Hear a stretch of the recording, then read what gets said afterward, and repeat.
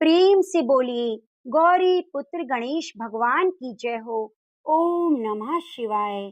जय श्री कृष्ण। राधे राधे। प्रिय भक्तजनों, आज भादो मास के शुक्ल पक्ष की सप्तमी तिथि है और यह संतान सप्तमी का दिन है। इस दिन व्रत करने से बच्चों की भलाई और लंबी उम्र होती है, संतान प्राप्ति होती है, सोनी माताओं की गोद भर जाती है। इस दिन माता पार्वती और शिव जी की पूजा की जाती है। संतान प्राप्ति के उद्देश्य से, संतान की तरक्की के लिए और संतान की लंबी आयु के लिए यह व्रत किया जाता है। ऐसा कहा जाता है कि संतान सप्तमी का व्रत इसकी कथा के बिना अधूरा है। कथा सुनने से ही हमारा व्रत संपूर्ण होता है। तो आज मैं आपको सुनाने जा रही हूँ संतान सप्तमी की बड़ी ही दुर्लभ और पवित्र मनोकामनाओं को पूर्ण करने वाली कथा। आप प्रिय भक्तजन इन कथाओं को पूरी श्रद्धा के साथ धैर्य चित्त से पूरा अवश्य सुनिएगा। संतान की लंबी उम्र के लिए और तरक्की की कामना करते हुए कमेंट बॉक्स में गौरी पुत्र गणेश भगवान की जय जरूर लिखिएगा, जिससे आपकी संतान भी गौरी पुत्र गणेश के समान ही हो। एक समय की बात है, महाराज युधिष्ठिर ने भगवान कृष्ण से कहा, प्रभु कोई ऐसा व्रत बताइए जिसके प्रभाव से संतान से जुड़ी सभी समस्याओं का निवारण हो जाए। यह सुनकर मुरलीधर ने कहा, मैं तुमको एक पौराणिक कथा सुनाता हूँ, तुम ध्यान पूर्वक सुनो। एक समय की बात है, लोमश ऋषि ब्रिजरात की मथुरापुरी में वसुदेव देवकी के घर गए, जहाँ ऋषिराज का खूब सत्कार हुआ, जिससे वे प्रसन्न होकर उनको कथा सुनाने लगे। कथा के कहते लोमश ने कहा, हे देवकी, दुष्ट दुराचारी पापी कंस ने तुम्हारे कई पुत्र मार डाले, जिसके कारण तुम्हारा मन अत्यंत दुखी है। इसी प्रकार राजा नहुष की पत्नी चंद्रमुखी भी दुखी रहा करती थी, किंतु उसने संतान सप्तमी का व्रत विधि पूर्वक और भाव के साथ किया, जिसके प्रभाव से उसको संतान का सुख प्राप्त हुआ। यह सुनकर देवकी ने हाथ जोड़कर मुनि से कहा, हे ऋषिराज, कृपया करके रानी चंद्रमुखी का संपूर्ण वृतांत और इस व्रत को विस्तार सहित मुझे बतलाइए, जिससे मैं भी इस दुख से छुटकारा पाऊं। तब लोमश ऋषि ने कहा, हे देवकी, अयोध्या के राजा नहुष थे, उनकी पत्नी चंद्रमुखी अत्यंत सुंदर थी। उनके नगर में विष्णु गुप्त नाम का एक ब्राह्मण रहता था। उसकी स्त्री का नाम भद्रमुखी था। वह भी अत्यंत रूपवती सुंदरी थी। रानी और ब्राह्मणी में अत्यंत प्रेम था। एक दिन दोनों सरयू नदी में स्नान करने गए। वहां उन्होंने देखा कि अनन्य बहुत सी स्त्रियां सरयू नदी में स्नान करके निर्मल वस्त्र पहनकर एक मंडप में शंकर और पार्वती जी की मूर्ति बनाकर पूजा कर रही हैं। रानी और ब्राह्मणी ने यह देखकर उन स्त्रियों से प्रश्न पूछा, बहनों, यह तुम किस देवता की और किस कारण से पूजन व्रत कर रही हो? यह सुनकर स्त्रियों ने कहा, हम संतान सप्तमी का व्रत कर रही हैं। हमने शिव पार्वती का पूजन चंदन अक्षत आदि से षोडोपचार विधि से किया है। यह सब इसी पुनित व्रत का विधान है। यह सुनकर रानी और ब्राह्मणी ने भी इस व्रत को करने का संकल्प किया और घर वापस लौट आई। ब्राह्मणी भद्र तो इस व्रत से नियम पूर्वक करती रही, किंतु रानी चंद्रमुखी राजमद के कारण कभी इस व्रत को करती और कभी ना करती, कभी भूल हो जाती। कुछ समय बाद दोनों मर गई। दूसरे जन्म में रानी बंदरिया और ब्राह्मणी ने मुर्गी की योनि पाई।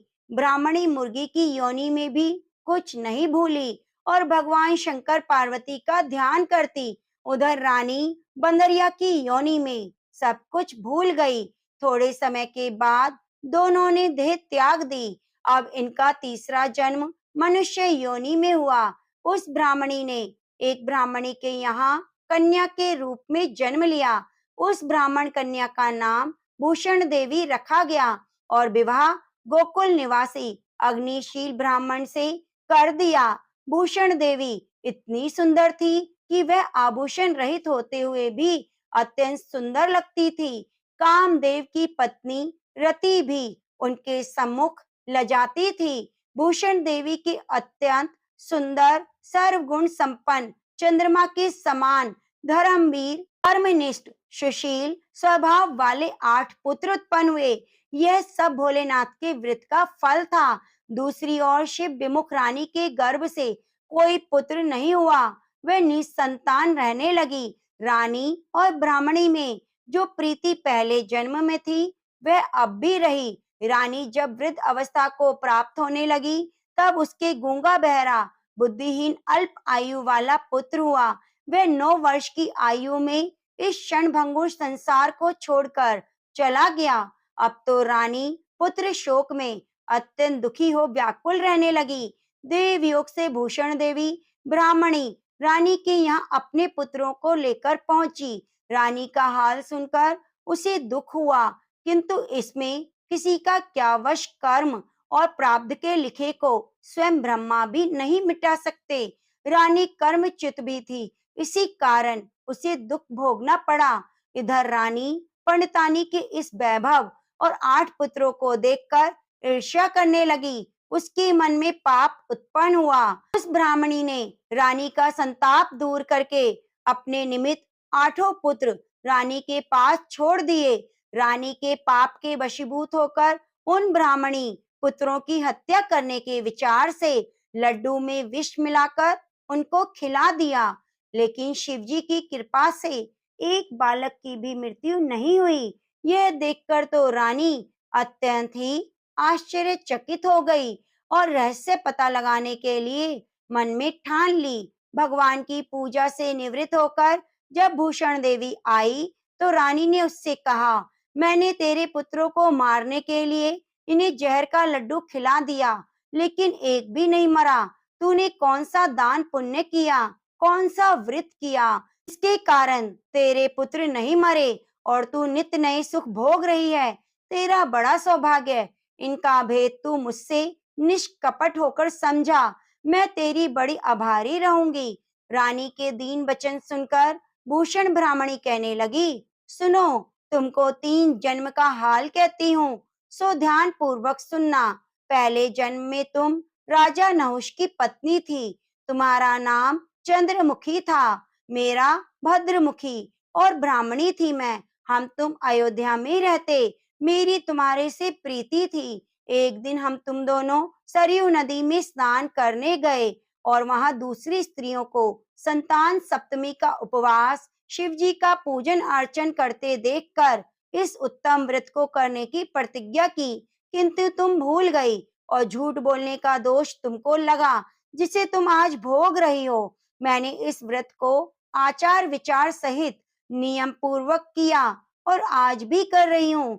दूसरे जन्म में तुमने बंदरिया का जन्म लिया, मुझे मुर्गी की योनि मिली। भगवान शंकर की कृपा से इस व्रत के प्रभाव को और भगवान को मैं नहीं भूली और उनका ध्यान करते हुए इस व्रत को करती रही। तुम अपने बंदरिया के जन्म में भूल गई। मैं तो समझती हूँ कि तुम्हारे ऊपर यह तो भारी संकट है, उसका एकमात्र यही कारण है और दूसरा कोई कारण नहीं। इसलिए मैं कहती हूँ, अब भी संतान सप्तमी के व्रत को विधि सहित करो, जिससे तुम्हारा संकट दूर हो जाए। लोमश ऋषि ने कहा, देवकी, भूषण ब्राह्मणी के मुख से अपने पूर्व जन्म की कथा और संकल्प को सुनकर रानी को पुरानी बातें याद आ गई और पश्चाताप करने लगी। भूषण ब्राह्मणी के चरणों में पड़कर क्षमा याचना करने लगी। भगवान शंकर पार्वती जी की अपार महिमा के गीत गाने लगे। उस दिन से रानी ने संतान सप्तमी का व्रत किया, जिसके प्रभाव से रानी को संतान सुख मिला और सुख भोग कर शिवलोक को गई। भगवान शंकर के व्रत का ऐसा ही प्रभाव है कि पथ भ्रष्ट मनुष्य भी अपने पथ पर अग्रसर हो जाता है और अत्यंत ऐश्वर्य को भोग कर मोक्ष पाता है। लोमश ऋषि ने फिर कहा, देवकी, इसलिए मैं तुमसे कहता हूँ, तुम भी इस व्रत को संकल्प के साथ करो। इतनी कथा सुनकर देवकी हाथ जोड़कर लोमश ऋषि से पूछने लगी, हे ऋषि, मैं इस पुनीत उपवास को अवश्य करूंगी, किंतु आप इस कल्याणकारी और संतान सुख देने वाले उपवास का विधान, नियम, विधि आदि विस्तार से समझाइए। यह सुनकर ऋषि बोले, हे देवकी, यह पुनीत उपवास भादो महीने के शुक्ल पक्ष की सप्तमी तिथि के दिन किया जाता है। उस दिन ब्रह्म मुहूर्त में उठकर किसी नदी और कुएं के जल में स्नान करके निर्मल वस्त्र पहने शंकर भगवान और जगदम्बा पार्वती की मूर्ति की स्थापना करे।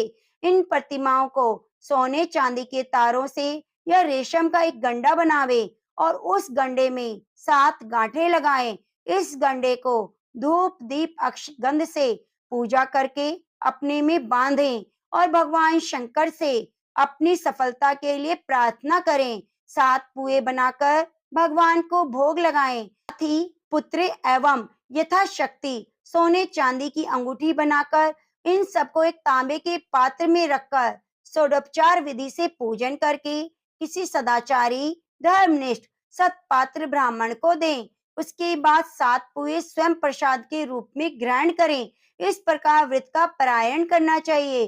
प्रतिमाल की शुक्ल पक्ष की सप्तमी के दिन हे देवकी, इस व्रत को इस प्रकार नियम पूर्वक करने से सभी पाप नष्ट हो जाते हैं और भाग्यशाली संतान उत्पन्न होती है। अंत में शिवलोक की प्राप्ति होती है। हे देवकी, मैंने तुमको संतान सप्तमी का संपूर्ण विधान बताया। अब तुम विधि पूर्वक करो, जिससे तुमको उत्तम संतान की प्राप्ति होगी। इतना कहकर भगवान आनंद कंद श्री कृष्ण ने धर्म अवतार युधिष्ठिर से कहा कि लोमश ऋषि ने इस प्रकार हमारी माता को शिक्षा दी और चले गए। ऋषि के कहे अनुसार माता देवकी ने इस व्रत को किया, जिसके प्रभाव से हम उत्पन्न हुए। यह व्रत विशेष रूप से स्त्रियों के लिए कल्याणकारी है, परंतु पुरुषों को भी समान रूप से कल्याणदायक है। संतान सुख देने वाले, पापों का नाश करने वाला यह व्रत उत्तम है, जिसे स्वयं भी करें और दूसरों से कराएं। नियम पूर्वक जो व्रत करता है, सच्चे भाव से पूजा अर्चना करता है, उसे संतान रत्न की प्राप्ति होती है और संतान से जुड़ी सभी मुश्किलें दूर हो जाती हैं। तो प्रेम से बोलिए, गौरी पुत्र गणेश भगवान की जय हो। ओम नमः शिवाय।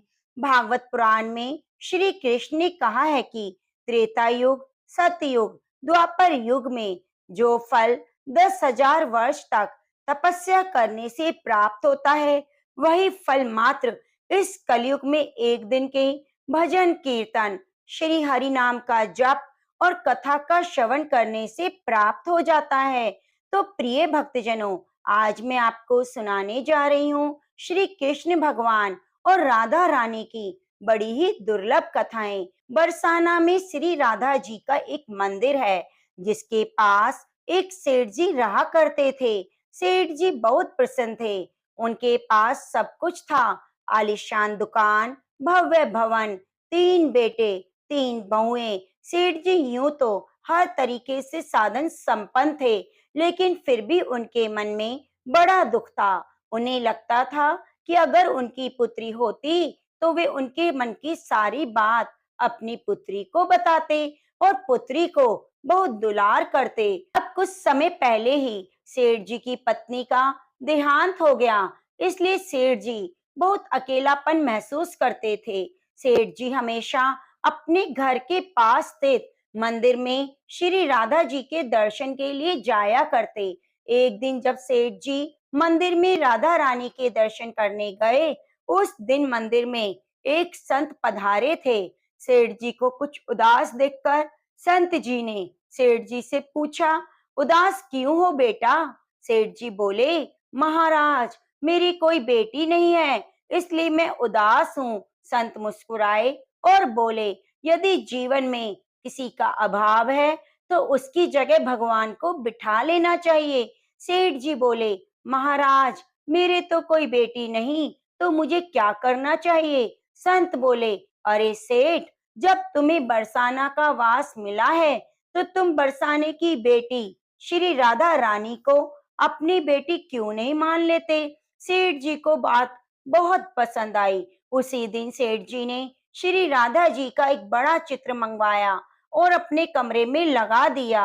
अब तो सेठ जी का जीवन ही बदल गया। उठते बैठते सोते जागते श्री राधा जी को ही अपनी बेटी मानकर उनसे बातें करने लगे, उन्हें अपनी पुत्री की तरह प्यार करने लगे।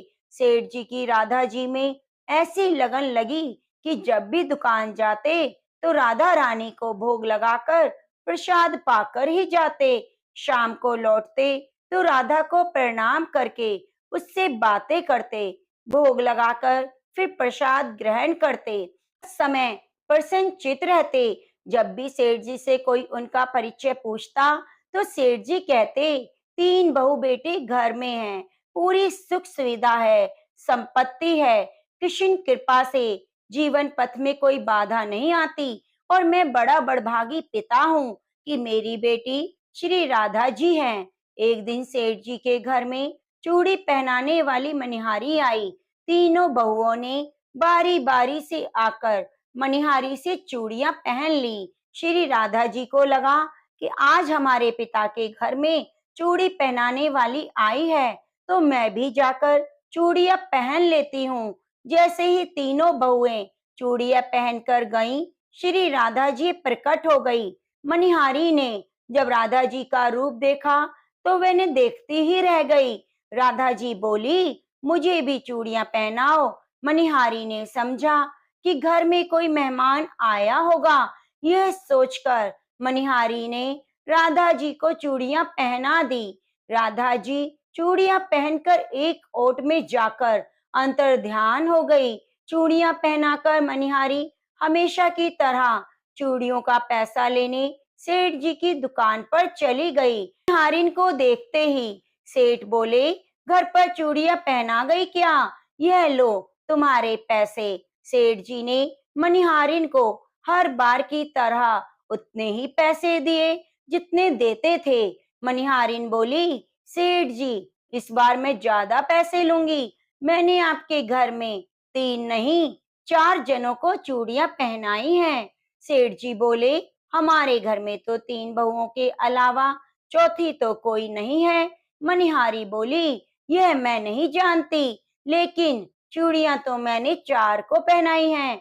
सेठ जी बोले कि बाकी के पैसे मैं पहले घर में पता कर आऊंगा, उसके बाद दूंगा। मनिहारी बोली, ठीक है, आप घर में पता कर लीजिए। यह कहकर मनिहारिन चली गई। शाम को सेठ जी घर पहुंचे। उन्होंने घर में मनिहारी के बारे में पूछा तो बहुओं ने कहा, हम तीनों ने ही चूड़ियां पहनी थी। सेठ जी बोले, मैं भी कहूँ चौथा कोई नहीं है हमारे घर में चूड़ियां पहनने वाला।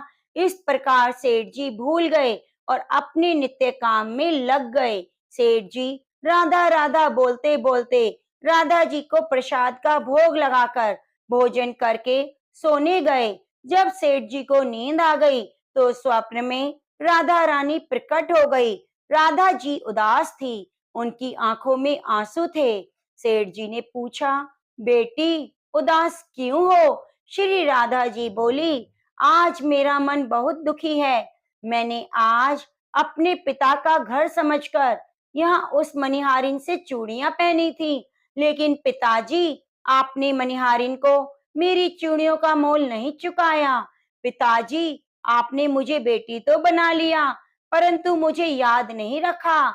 आपने मुझे बुला दिया, इसलिए मैं दुखी हूँ। यह सुनकर सेठ जी सपने में रोने लगे और क्षमा मांगी कि मुझसे बहुत बड़ी भूल हो गई। सेठ जी तुरंत नींद से उठे और उनकी आंखों में आंसू आ रहे थे। सेठ जी ने तुरंत तिजोरी में से पैसे निकाले और मनिहारिन के घर की तरफ चल दिए। सेठ जी ने मनिहारिन का दरवाजा खटखटाया। उसने खोला। बोली, इतनी रात को सेठ जी आप क्यों आए? यह देखकर वह चौंक गई। सेठ जी के नेत्रों में आंसू भरे थे। सेठ जी बोले कि तुम्हारा जैसा बड़भागी कोई नहीं, तुम बड़ी बड़भागिन हो। मनिहारिन बोली, सेठ जी क्या हुआ? मैंने राधा रानी को अपनी बेटी बनाया, परंतु मैंने कभी उन्हें अपने नेत्रों से नहीं देखा, लेकिन तुमने आज उन्हें राधा जी को अपने हाथों से चूड़ियां पहनाई। आज तुम्हारे जितना भाग्यशाली इस धरती पर कोई नहीं।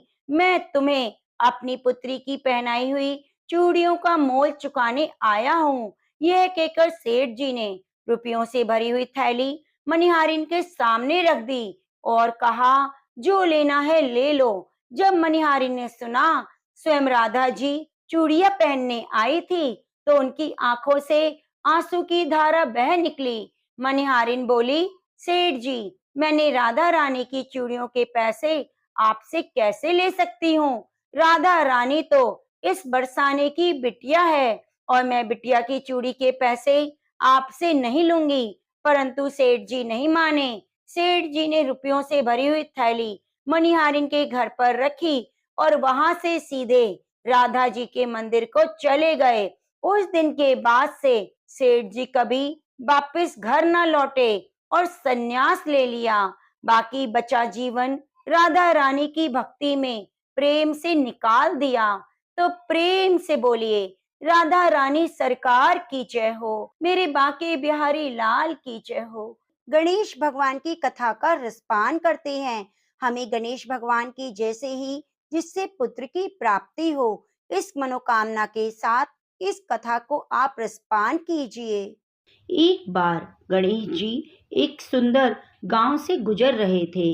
इस गांव के खेत हरे भरे थे। सुबह का समय था। ठंडी पवन का आनंद लेते हुए गणेश जी मूषक पर सवार होकर चले जा रहे थे। इतने में वह एक खेत से गुजरे तो आनंदवश फसलों में हाथ फिरा दिया। गणेश जी के ऐसा करने से उस फसल के कुछ दाने हाथ में आ गए। अब गणेश जी को पछतावा हुआ कि उन्होंने तो चोरी कर ली। भले ही उन्होंने जानबूझकर कुछ नहीं चुराया, लेकिन अब फसल के दाने तो उनके हाथ में आ गए। गणेश जी ने गिने तो वह 12 दाने थे। अब गणेश जी ने उस खेत के मालिक को खोजा और उन सेठ जी के यहाँ 12 साल की नौकरी पर लग गए। एक दिन सेठानी राख से हाथ धोने लगी। गणेश जी ने सेठानी का हाथ पकड़कर मिट्टी से हाथ धुलवा दिया। सेठानी ने सेठ जी से शिकायत की और कहा, देखो, नौकर ने मेरा हाथ पकड़ लिया। सेठ जी ने गणेश जी को बुलाकर पूछा कि तुमने सेठानी का हाथ क्यों पकड़ा? गणेश जी ने बोला कि मैंने तो बस ये कह रहा था कि राख से हाथ धोने से घर की लक्ष्मी नाराज होकर घर से चली जाती है और मिट्टी से हाथ धोने से वह लक्ष्मी जी घर में ही रहती हैं। सेठ जी ने सोचा कि गणेश जी ठीक ही तो कह रहे हैं। थोड़े दिनों बाद कुंभ का मेला आया। सेठ जी ने कहा, गणेश, सेठानी को कुंभ के मेले में स्नान करा के ले आओ। सेठानी किनारे पर बैठकर नहा रही थी तो गणेश जी ने उनका हाथ पकड़कर आगे डुबकी लगवाई। घर आकर सेठानी ने सेठ से कहा, गणेश जी ने तो मेरी इज्जत ही नहीं रखी और इतने सारे आदमियों के बीच मुझे घसीटकर पानी में ले गए। तब सेठ जी ने गणेश जी को पूछा, ऐसा क्यों किया तुमने? तो गणेश जी ने कहा, सेठानी किनारे बैठकर गंदे पानी से नहा रही थी तो मैं आगे अच्छे पानी में डुबकी लगवाकर ले आया। इससे अगले जन्म में बहुत सारे राजा और राजपाट इसको मिलेगा। सेठ जी ने सोचा, गणेश जी तो ठीक कह रहे हैं। एक दिन घर में पूजा पाठ हो रहा था, हवन हो रहा था। सेठ जी ने गणेश जी को कहा, जाओ सेठानी को बुलाकर ले आओ। गणेश जी सेठानी को बुलाने गए तो सेठानी काली चुनरी ओढ़कर चलने लगी। गणेश जी ने काली चुनरी फाड़ दी और कहा, लाल चुनरी ओढ़कर चलो। सेठानी नाराज हो गई तो सेठ जी ने आकर पूछा, क्या बात है? सेठ जी ने बोला, गणेश जी, आपने यह क्या किया? सेठानी की चुनरी फाड़ दी। सेठ जी ने गणेश जी को डांट लगाई। गणेश जी बोले, काला वस्त्र पूजा पाठ में नहीं पहनते, इसलिए मैंने उनकी चुनरी फाड़ दी और लाल वस्त्र पहनने के लिए कहा। काला वस्त्र पहनने से कोई भी शुभ काम सफल नहीं होता। फिर सेठ जी ने कहा, गणेश तो समझदार हैं। एक दिन सेठ जी पूजा करने लगे तो पंडित जी ने बोला, वो गणेश जी की मूर्ति लाना भूल गए, अब क्या करें? तो गणेश जी बोले, मेरे को ही मूर्ति बनाकर विराजमान कर लो, आपके सारे काम सफल हो जाएंगे। यह बात सुनकर सेठ जी को गुस्सा आ गया और बोले, तुम तो अब तक सेठानी से ही मजाक करते थे, अब मेरे से भी करने लगे। गणेश जी ने कहा, मैं मजाक नहीं कर रहा, मैं सच बात कह रहा हूँ। इतने में ही गणेश जी ने गणेश जी का रूप धारण कर लिया और सेठ सेठानी ने गणेश जी की पूजा की। पूजा खत्म होते ही गणेश जी अंतर्ध्यान हो गए। सेठ सेठानी को बहुत धोखा हुआ और उन्होंने कहा, हमारे पास तो गणेश जी रहते थे, हमने उनसे इतना काम कराया। जो गणेश जी ने सपने में आकर सेठ जी को कहा, आपके खेत से मैंने 12 अनाज के दाने तोड़ लिए थे, उसी का दोष उतारने के लिए मैंने आपके यहाँ काम किया। सेठ जी को करोड़ों की माया हो गई। गणेश जी महाराज, जैसे आपने सेठ जी को दिया वैसे सबको देना, कहते सुनते को सारे परिवार को देना। बोलो गणेश भगवान की जय।